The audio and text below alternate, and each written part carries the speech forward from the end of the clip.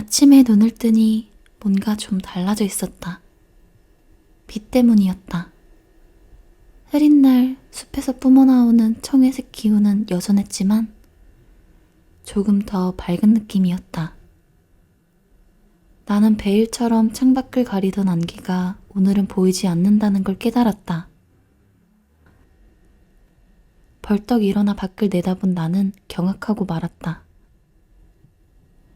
새하얀 눈이 마당은 물론이고 내 트럭 지붕과 길까지 두툼하게 뒤덮고 있었다. 하지만 그게 최악의 상황은 아니었다. 어제 내린 비가 단단히 얼어붙어 나무에 매달린 고드름은 환상적인 장관을 연출했지만 도로는 죽음의 빙판으로 변해 있었다. 마른 땅에서도 걸핏하면 넘어지는 나로서는 아예 지금 다시 침대로 들어가 잠이나 자는 게 안전할 듯했다. 찰리는 내가 아래층으로 내려가기도 전에 출근하고 없었다. 여러 가지 면에서 찰리와 함께 사는 건 나 혼자 사는 것이나 마찬가지였고 나는 외로움은커녕 그 호젓함을 즐기고 있었다. 나는 재빨리 시리얼 한 그릇을 비운 뒤 오렌지 주스를 병째로 꺼내 꿀꺽꿀꺽 마셨다. 어쩐지 학교에 가는 게 즐거웠고 그래서 겁이 났다. 내가 기대하고 있던 대로 공부에 자극이 되는 학교 환경이라든지 새로 사귄 친구들 때문이 아니란 건 나도 잘 알았다. 솔직히 말하면 나는 에드워드 컬렌을 보려고 학교에 빨리 가고 싶었다. 참으로 바보 같은 생각이었다. 문외아처럼 생각 없이 주절거린 어제 일을 생각하면 그를 철저히 피해 다녀야 할 판이었다.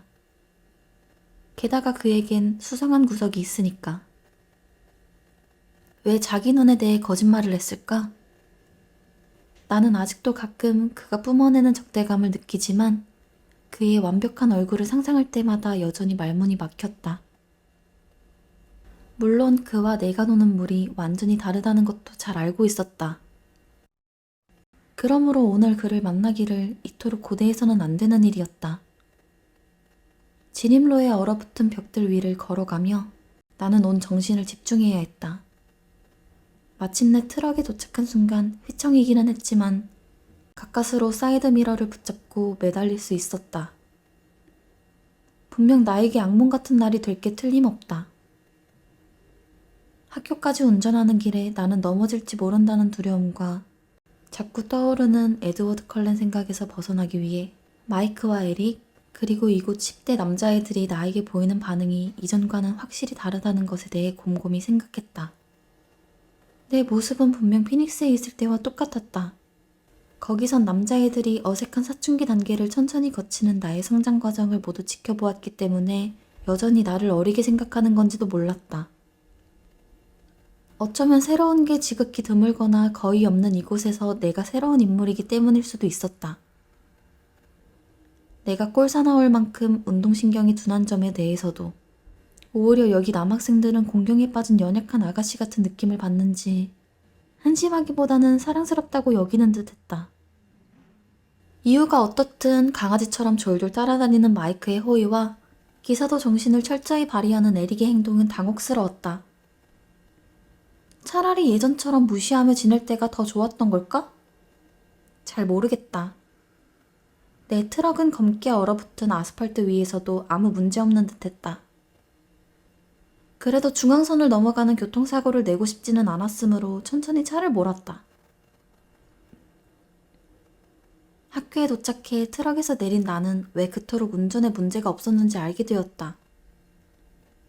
뭔가 반짝이는 눈빛이 눈에 들어와 트럭 뒤쪽을 조심조심 걸어가 바퀴를 살폈다. 뒷바퀴엔 가느다란 스노우 체인이 다이아몬드 모양으로 얽혀 있었다. 찰리가 꼭두새벽부터 일어나 내 트럭에 스노우 체인을 감아놓은 것이었다. 갑자기 목이 메었다. 나는 살뜰한 보살핌을 받는데 익숙한 사람이 아니었으므로 찰리의 말없는 배려가 몹시도 뜻밖이었다. 트럭 뒷모서리 옆에 서서 스노우 체인이 불러온 갑작스런 감정의 파도와 싸우느라 애를 쓰고 있던 나는 문득 이상한 소리를 들었다. 귀에 거슬리는 요란한 금속성은 점점 커져만 갔다. 깜짝 놀라 고개를 들었다. 그 순간 나는 동시에 여러 가지를 보았다. 하지만 영화에서 보듯 슬로우 모션으로 움직이는 건 하나도 없었다. 그 대신 내 머리에서 솟아나온 아드레날린이 평소보다 뇌를 빨리 작동시킨 듯 나는 단번에 여러 가지 상황을 명확하게 파악할 수 있었다. 에드워드 컬렌이 자동차 4대를 사이에 두고 서서 경악스런 표정으로 나를 바라보고 있었다. 그의 얼굴은 똑같이 충격으로 얼어붙은 수많은 얼굴의 바다 가운데 유독 눈에 띄었다. 하지만 그보다 더 중요한 것은 진한 파란색 승합차 한 대가 얼어붙은 주차장을 빙글빙글 돌며 요란한 브레이크 소리와 함께 미끄러져 다가오고 있다는 사실이었다. 차는 내 트럭 뒷모서리를 들이받기 직전이었는데 나는 바로 두 자동차 사이에 서 있었다. 눈을 감을 시간조차 없었다. 승합차가 트럭 모서리에 부딪혀 와장창 부서지는 소리가 들리기 바로 전 뭔가 나를 세게 밀쳤다. 그러나 내가 예상했던 방향이 아니었다. 얼어붙은 아스팔트에 머리를 부딪힌 나는 뭔가 단단하고 차가운 것이 나를 바닥에 짓누르고 있다는 걸 느꼈다. 나는 트럭 바로 옆에 주차되어 있던 황갈색 자동차 뒤쪽 아스팔트에 누워 있었다. 그러나 승합차가 아직도 다가오고 있었으므로 다른 데 신경 쓸 여유가 없었다. 트럭 모퉁이에 부딪혀 방향을 바꾼 승합차는 여전히 빙글빙글 돌며 미끄러져 또 한 번 나를 향해 달려오고 있었다. 낮게 내뱉는 욕설이 들려오자 나는 그제서야 누가 나와 함께 있다는 걸 알아차렸다. 목소리의 주인공은 내가 잘 아는 사람이었다. 기다란 두 팔이 나를 감싸며 뻗어나가더니 승합차가 내 얼굴에서 30cm쯤 떨어진 곳에 푸르르 떨며 멈췄다. 커다랗고 하얀 두 손이 넣은 승합차 옆구리 부분이 움푹 파여 있었다. 곧이어 손이 움직였다. 얼마나 빠른지 희미한 형체만 보였다. 한 손이 불쑥 승합차 차체 밑으로 들어가더니 곧이어 내 몸이 뭔가에 끌려 나왔다. 헝겊인형 다리처럼 흔들거리며 딸려나온 내 다리가 황토색 승합차 타이어에 부딪혔다. 이어 고막을 찢는 듯한 쇳소리가 들려오고 방금 전 내 다리가 놓여있던 자리에 승합차가 내려앉으며 아스팔트 위에 유리 조각을 토해냈다. 턱없이 길게만 느껴지는 1초 정도의 정적이 흐른 뒤 사방에서 비명이 들려오기 시작했다. 어수선한 소동 속에서 여러 사람이 내 이름을 부르는 소리가 들려왔다. 그러나 그 모든 외침보다 훨씬 또렷하게 낮지만 흥분해 있는 에드워드 컬렌의 목소리가 들려왔다. 벨라, 괜찮니? 난 괜찮아. 내 목소리가 아주 이상하게 들렸다. 일어나 앉으려던 나는 그가 아직 내 몸을 꽉 안고 있다는 사실을 깨달았다. 조심해. 머리를 꽤 세게 부딪힌 것 같더라. 내가 몸을 뒤채자 그가 경고하듯 말했다. 그제야 왼쪽 귀 위쪽이 욱신욱신 쑤시는 게 느껴졌다. 아야! 내가 놀라 외쳤다. 그럴 줄 알았다니까. 놀랍게도 그는 웃음을 참고 있는 듯한 목소리를 냈다. 대체... 나는 정신을 똑바로 차리고 몸을 추스르려 애를 쓰며 말꼬리를 흐렸다. 넌 어떻게 그렇게 빨리 나한테 왔어? 난 바로 네 옆에 서 있었어. 그가 다시 진지하게 대꾸했다. 내가 옆으로 몸을 틀어 일어나자 그도 내 허리에 둘렀던 팔을 풀고 좁은 공간에서 최대한 멀리 비켜 앉았다. 온통 걱정으로 가득 찬 그의 표정을 바라보던 나는 강렬한 황금빛 눈동자에 또 한 번 이성을 잃었다. 내가 뭘 묻고 있었더라? 바로 그때 눈물을 흘리며 달려온 사람들이 우리를 발견하고는 서로에게 고함을 지르다 우리에게도 외쳤다. 움직이지 마! 누군가 말했다. 타일러를 차 안에서 꺼내야 해. 또 다른 누군가가 외쳤다. 우리 주변에서 사람들이 부산하게 움직였다. 나는 일어서려 했지만 에드워드의 차가운 손이 내 어깨를 내리놀랐다. 지금은 그냥 가만히 있어. 춥단 말이야. 내가 불평하자 놀랍게도 그가 숨을 죽여 쿡쿡 웃었다. 하지만 어딘가 불편한 웃음소리였다. 넌 저쪽에 있었어. 네 차 옆에 말이야. 내가 문득 생각이 나서 말하자 그는 갑자기 웃음을 그쳤다. 그의 표정이 굳어졌다. 아니야. 내가 분명히 봤어. 우리 주변은 온통 혼란의 도가니였다. 어른들의 굵은 목소리가 들려오기 시작했다. 하지만 나는 고집스럽게 논쟁을 이어갔다. 내 말이 옳았다는 걸 인정하게 만들고 말겠어. 벨라, 난 네 옆에 서 있다가 너를 끌어당긴 거야. 그는 아주 중요한 사실을 전달하는 사람처럼 준엄한 눈빛으로 나를 꼼짝 못하게 바라보았다. 아니야. 내가 어금니를 꾹 깨물었다. 황금빛 눈동자의 불길이 일었다. 제발 부탁이야, 벨라. 이유가 뭔데? 날 믿어. 그가 부드럽지만 압도당할 수밖에 없는 힘이 담긴 목소리로 애원했다. 어느덧 사이렌 소리도 들려왔다. 나중에 다 설명해주겠다고 약속할 거야? 좋아. 갑자기 짜증이 난 듯 그가 쏘아붙였다. 좋아. 나도 화가 나서 똑같이 대꾸했다. 응급구조요원 6명과 선생 2명이 달려들어 승합차를 밀어 옮긴 다음에야 우리가 있는 곳으로 들것을 가져올 수 있었다. 에드워드는 한사코 들것에 실려가기를 거부했고 나 또한 마찬가지였지만 그 몹쓸 배신자는 내가 머리를 심하게 부딪혔으니 뇌진탕을 일으켰을지도 모른다고 사람들에게 이야기했다. 그들은 내 목을 받침대로 고정시켰고 나는 창피해서 죽고만 싶었다. 전교생이 다 몰려온 듯했고 그들은 심각한 표정으로 앰뷸런스 뒤에 실리는 나를 지켜보았다. 에드워드는 걸어서 앞좌석에 올라탔다. 나는 화가 나 미칠 것 같았다. 설상가상으로 그들이 나를 안전하게 데려가기 전에 스완 서장님까지 현장에 도착했다. 벨라!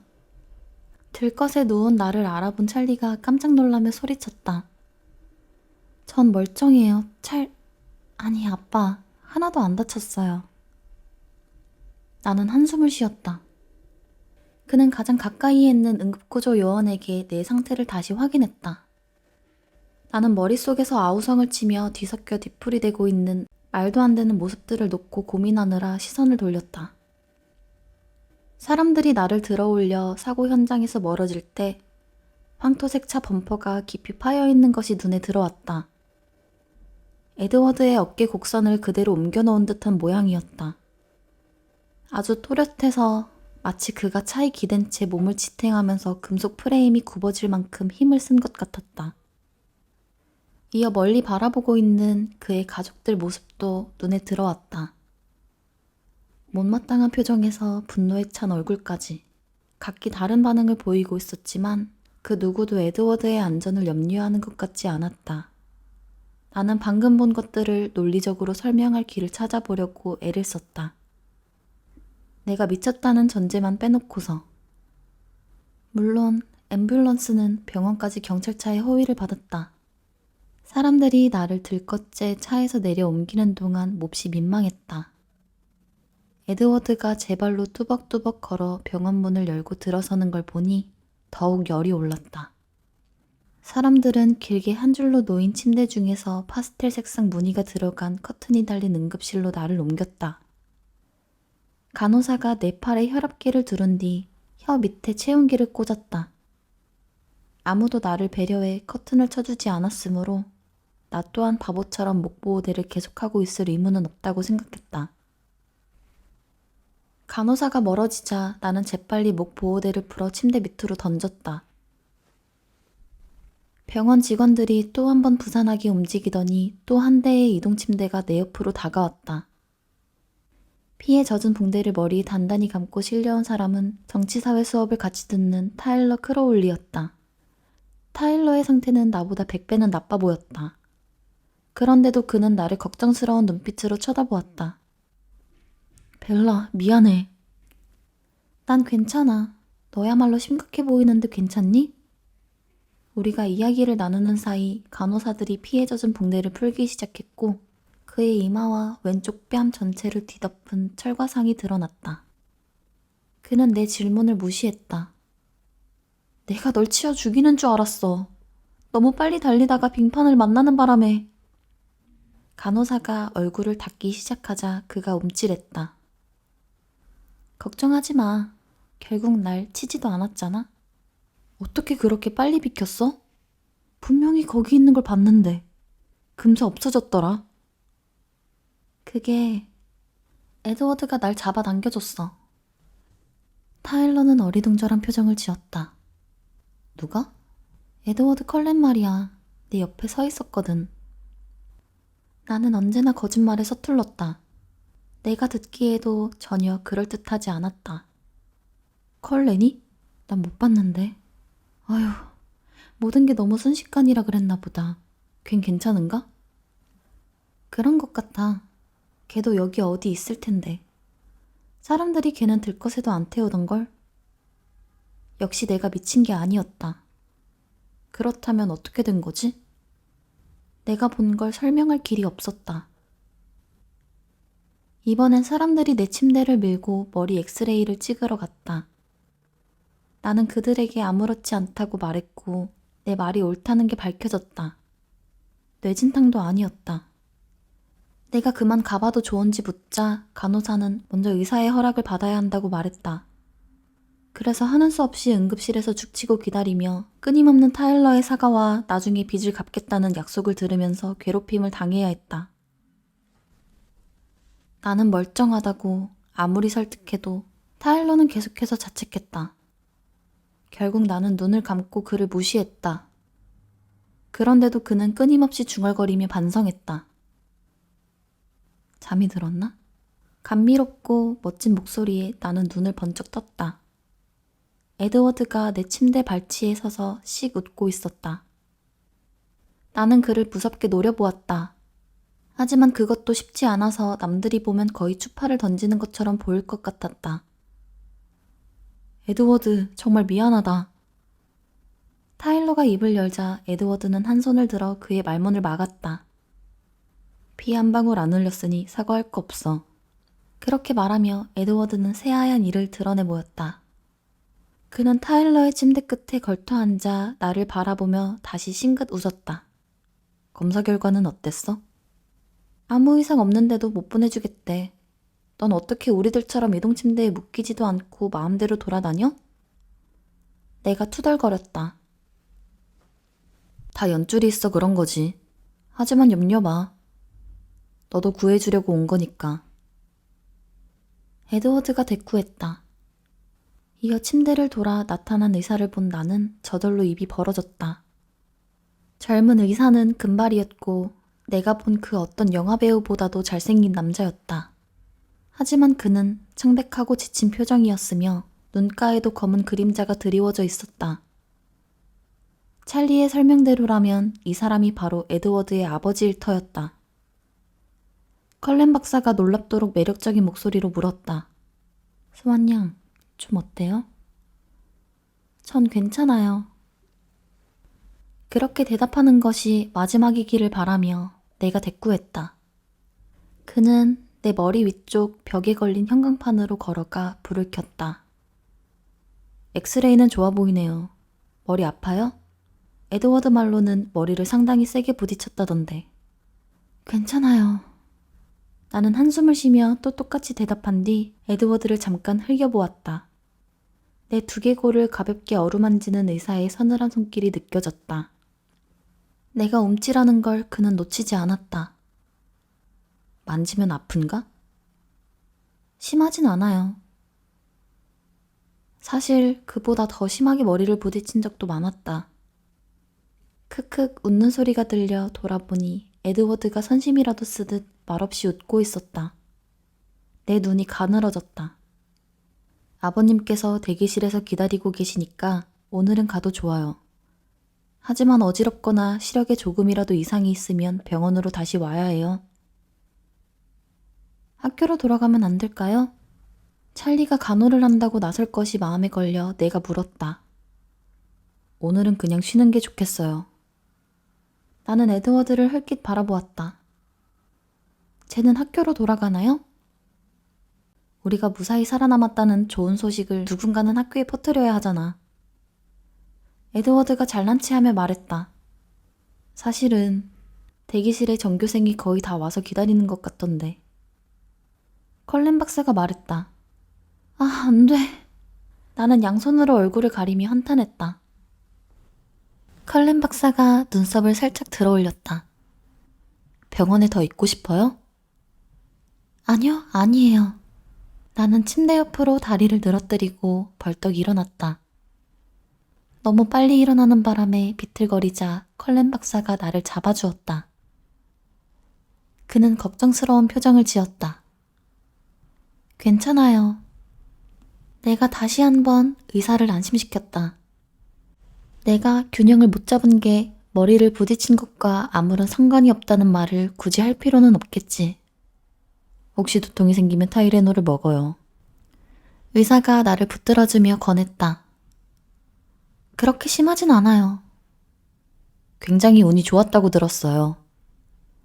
컬렌 박사는 내 차트에 능숙하게 서명을 하더니 살며시 웃으며 내게 말했다. 마침 에드워드가 제 옆에 있어서 다행이었죠. 나는 문제의 주인공을 쏘아보며 고쳐 말했다. 아, 그렇군.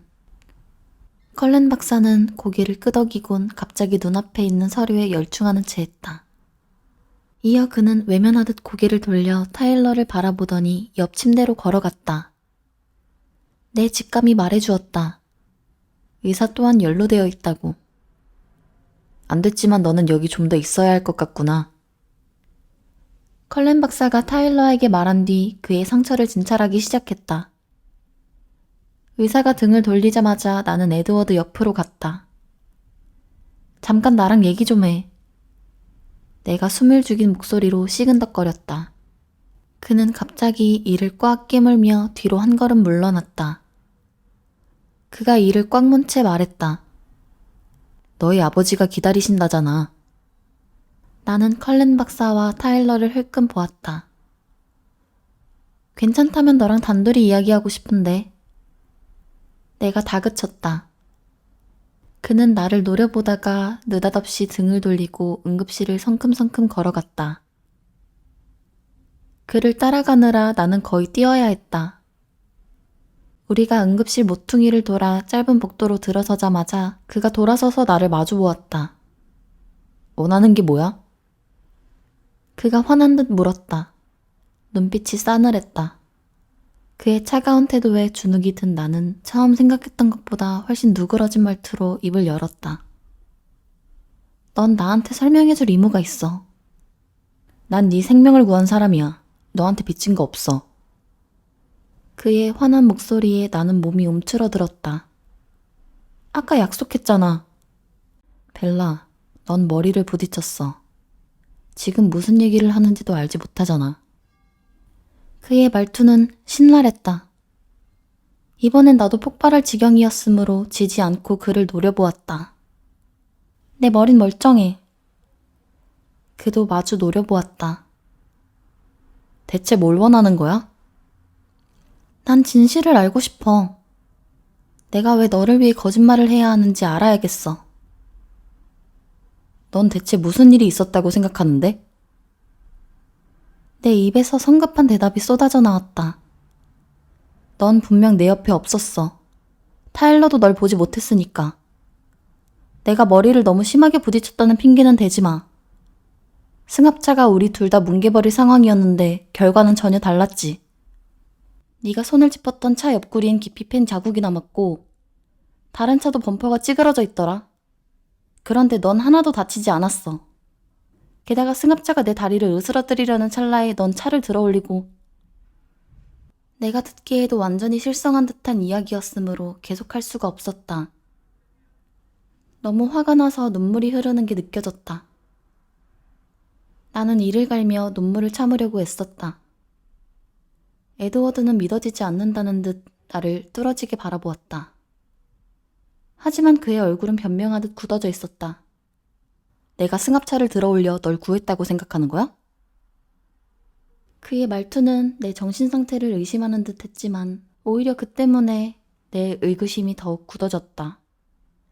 그의 말은 노련한 배우가 던진 완벽한 대사 같았다. 나는 이를 꽉 문 채 한번 고개만 끄덕했다. 너도 알겠지만 아무도 네 말을 안 믿을걸? 이제 그의 목소리엔 약간의 조롱기도 묻어났다. 아무한테도 얘기 안 할 거야. 나는 조심스레 화를 내며 한마디 한마디 천천히 읊조렸다. 그의 얼굴에 놀라움이 스쳤다. 그렇다면 왜 상관하는 거지? 나한테는 상관 있으니까. 나는 거짓말하는 걸 싫어해. 그러니까 나한테 거짓말을 시키려면 그럴 만한 충분한 이유가 있어야 해. 그냥 나한테 고맙다고 하고 잊어버릴 순 없는 거니? 고마워. 나는 시근덕거리며 기다렸다. 그냥 넘어가지는 않겠다는 거야? 응. 그렇다면 실망시키는 수밖에 없겠다. 우리는 말없이 서로를 바라보며 인상을 찌푸렸다. 나는 초점을 잃지 않으려고 애쓰며 먼저 입을 열었다. 나는 또다시 그의 잘생기고 완벽한 얼굴 때문에 정신이 흐트러질 위기에 놓여 있었다. 마치 타락해가는 천사를 눈빛으로 제압하려고 안간힘을 쓰는 기분이었다. 그러는 너는 왜 그렇게 신경을 쓰는 건데? 내가 쌀쌀맞게 물었다. 그는 잠시 머뭇거렸고 짧은 순간이긴 하지만 그의 매력적인 얼굴에 뜻밖에도 나약함이 스쳐갔다. 나도 모르겠는걸? 그가 속삭였다. 곧이어 그는 나에게 등을 돌리고 멀어져 갔다. 나는 너무 화가 나서 몇 분쯤 지난 다음에야 걸음을 옮길 수 있었다. 발길이 떼어지자 나는 천천히 복도 끝에 있는 출구로 걸어갔다. 대기실에 들어가는 건 내가 예상했던 것보다 더 괴로웠다. 포커스에서 내가 알게 된 사람들이란 사람들은 모두 모여 나를 보고 있는 것 같았다. 저 아무 이상 없대요. 내가 퉁명스럽게 아빠를 안심시켰다. 아직도 화가 안 풀려 이야기를 다정하게 주고받을 기분이 아니었다. 의사 선생님이 뭘 하시던? 컬렌 박사님이 괜찮으니 집에 가도 된다고 하셨어요. 내가 한숨을 쉬었다. 함께 몰려와 있던 마이크와 제시카, 에릭도 어느새 우리를 둘러싸고 있었다. 어서 가요. 내가 찰리를 다그쳤다. 찰리는 내 등에 어색하게 한 손을 올리고 제대로 건드리지도 못한 채 나를 병원 요리문으로 이끌었다. 나는 친구들이 더는 걱정하지 않아도 된다는 뜻으로 알아듣기를 바라며 살며시 손을 흔들어 주었다. 순찰차에 오르자 안도감이 밀려왔다. 순찰차를 타면서 그런 느낌이 들기는 난생 처음이었다. 우리는 차에서 침묵을 지켰다. 나는 생각에 푹 빠져들어 옆에 찰리가 있다는 사실을 잠시 잊어버렸다. 에드워드가 복도에서 보인 방어적인 태도는 내가 눈으로 직접 보고서도 여전히 좀처럼 믿을 수 없는 기이한 일들을 다시 한번 확인해주는 증거라는 생각이 들었다. 집에 도착하자마자 찰리가 드디어 입을 열었다. 르네한테 전화 먼저 해라. 그는 미안한 듯 고개를 숙였다. 나는 펄쩍 뛰었다. 엄마한테도 알리셨어요? 미안하다. 나는 차에서 내려 필요 이상으로 순찰차 문을 세게 닫았다.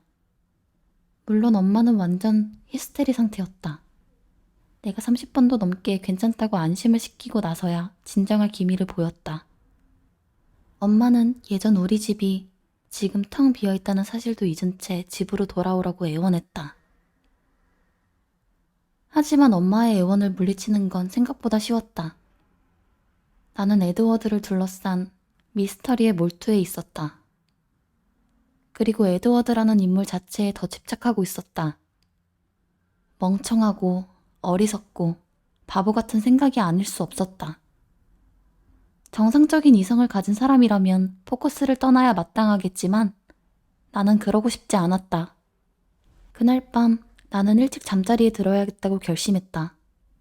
찰리가 계속 나를 걱정하면서 살피는 게 몹시 신경이 쓰였다. 나는 방에 올라가며 욕실에 들러 타이레놀 세 알을 챙겼다.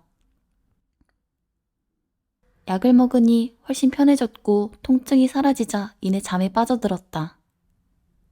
그날 밤 처음으로 나는 꿈속에서 에드워드 컬렌을 보았다.